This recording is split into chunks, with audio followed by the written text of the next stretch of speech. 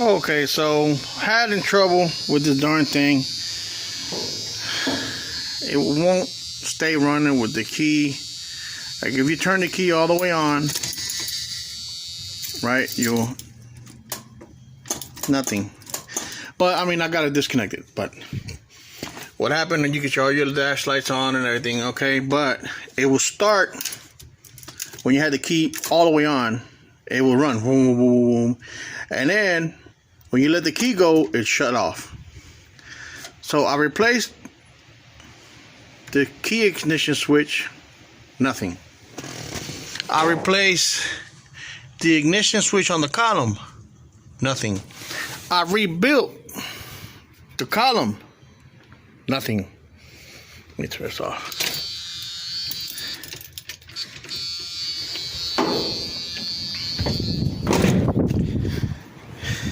New starter relay, nothing. New module, new voltage regulator, and the ballast resistor. I switched twice. Still would not stay running. So I jumped the starter relay. I put a little wire here. This right here is my starter solenoid. Disconnected it from the starter relay back here, and I put a wire in that. So I put a wire in the starter solenoid, and I put a hot wire on the starter relay. It runs just fine. I have adjusted the steering column switch in 3 billion ways. I think this thing just has wiring problems. So now, turn key, put it on run.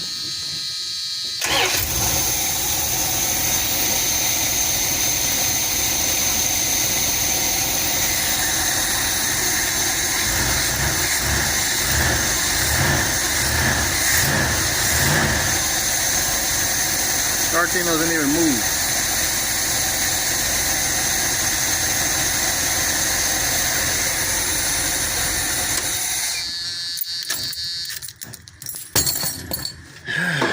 And there's no information on this whatsoever anywhere on the web. So I just refuse to break my head any longer. Oh, and a new transmission neutral safety switch also. This thing's got definitely wiring problems. Thank God that it is charging.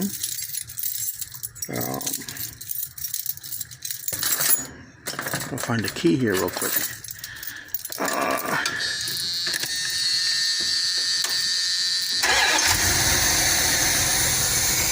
It is charging.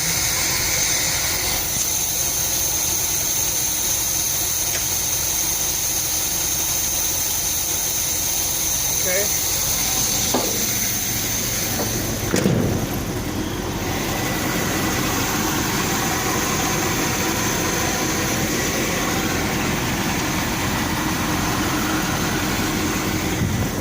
Let me see something here.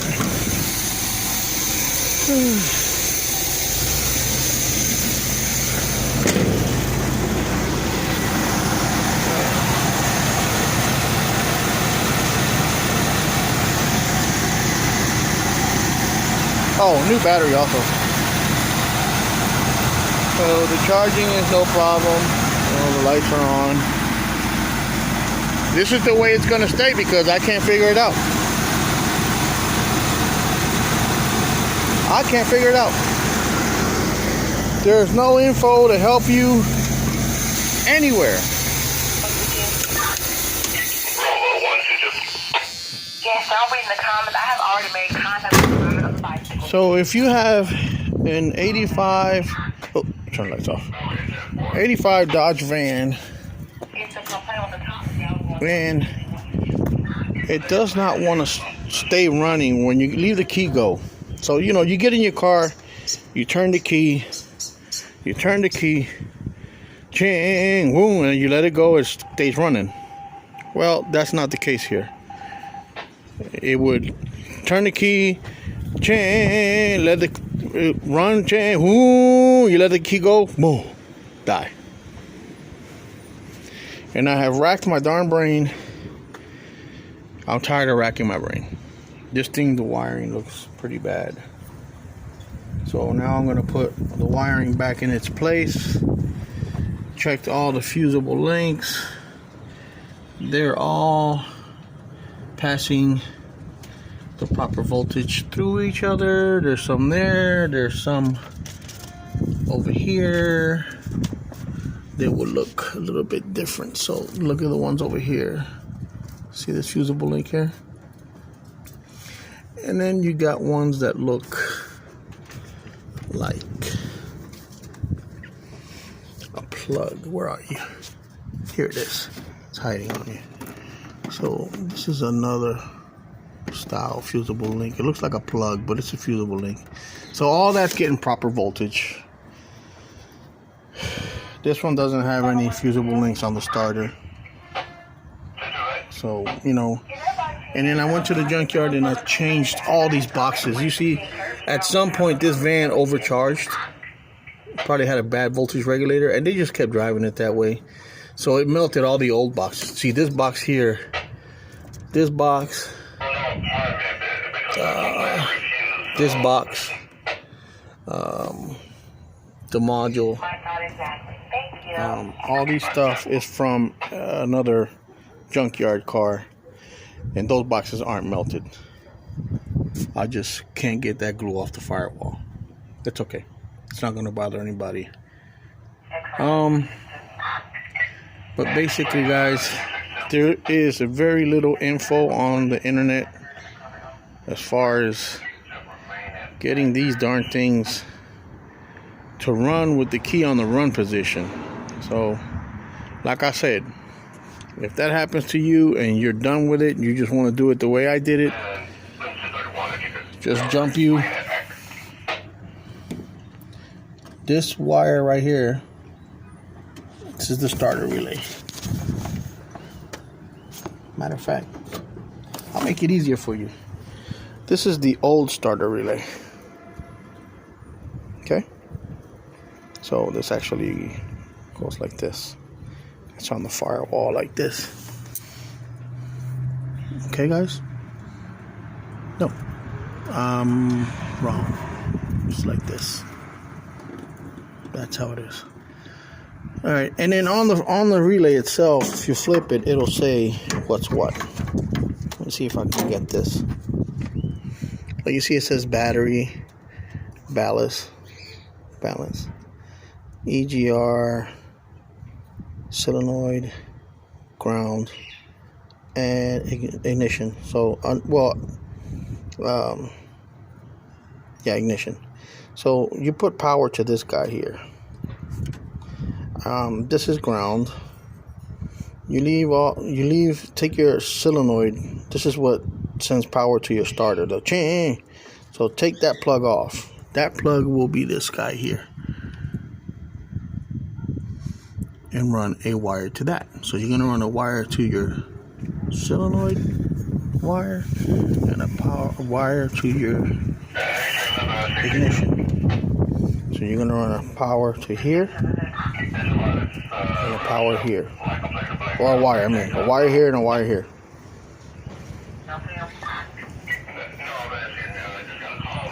Let me turn the damn scan off. Whatever. So the way I did it was, let me go get the starter solenoid. Explain this a little, the best that I can, because it gets quite confusing. So take the key out of here. So stop that. So this is one switch I use, and then I use the old style blower for my starter. So if you hit this, okay, and then if you turn this on, watch the dash light. Okay, So I'm gonna explain how it works. So this ignition wire, I have it going all the way to this. So when you hit this, the ignition is forced to be on. Okay? And the starter solenoid, what actually cranks it, cranks this, I have it wired to this switch. You know, you'd rather have a push button, not this, but I'm just doing this for show purposes. I'm going to put a button on it here shortly. But as you can see, it'll turn the engine over. Won't start because there's no ignition now. If you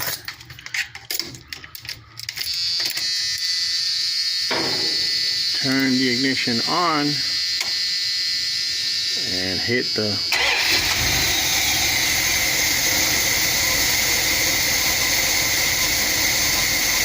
and I also changed the coil as well.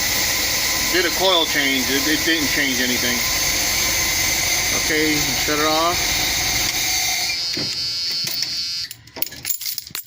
And guys, I took all. I rebuilt the steering column. Inside's got all new components. It's probably not going to be this in your case either.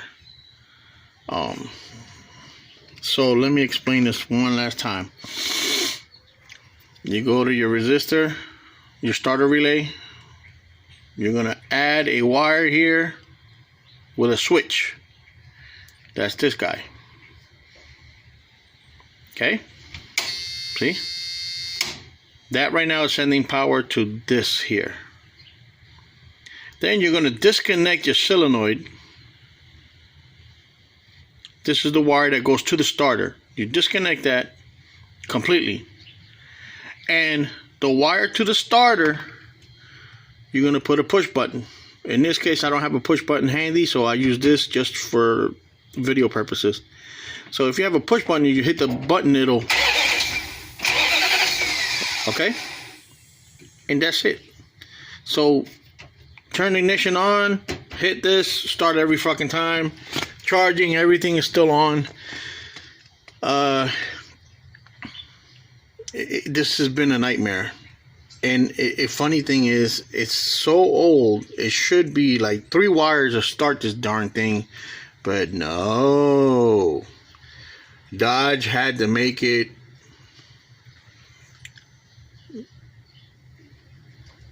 NASA style. You know, I'm not great with wiring, but I know that that's pretty bad. So there's no telling if it's something in there, if it's something down there. But this van runs great. I mean, it really does run absolutely great down the freeway and everything, the bumps and all. I'm so impressed. This is an 85. It's sat for 11 years, and I'd hate to just take it to the junkyard. I really would. I still think it has a lot of life left. You're just going to run into bumps and bruises like this, and you make do. I hope this helps anybody out there with the no run on position with your key.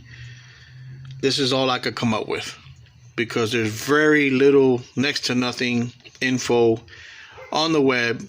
And then I don't understand, if you guys are going to do forums, great.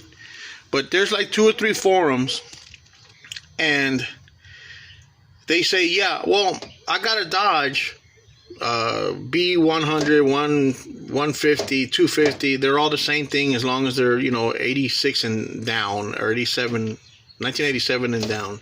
They're going to be probably the same wiring system. Yeah, I have a problem where I turn the key and it starts up, or you let the key go, it shuts down.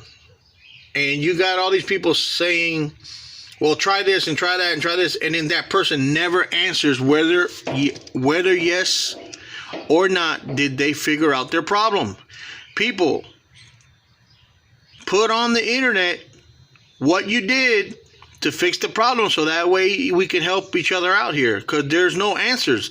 And then, you know, there's like 2 or 3 little forums that speak very little about this.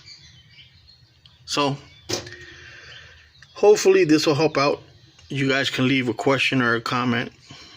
I'm just putting this video up there for the Dodge guys, and I know I'm probably going to get roasted for what I did, but it is what it is.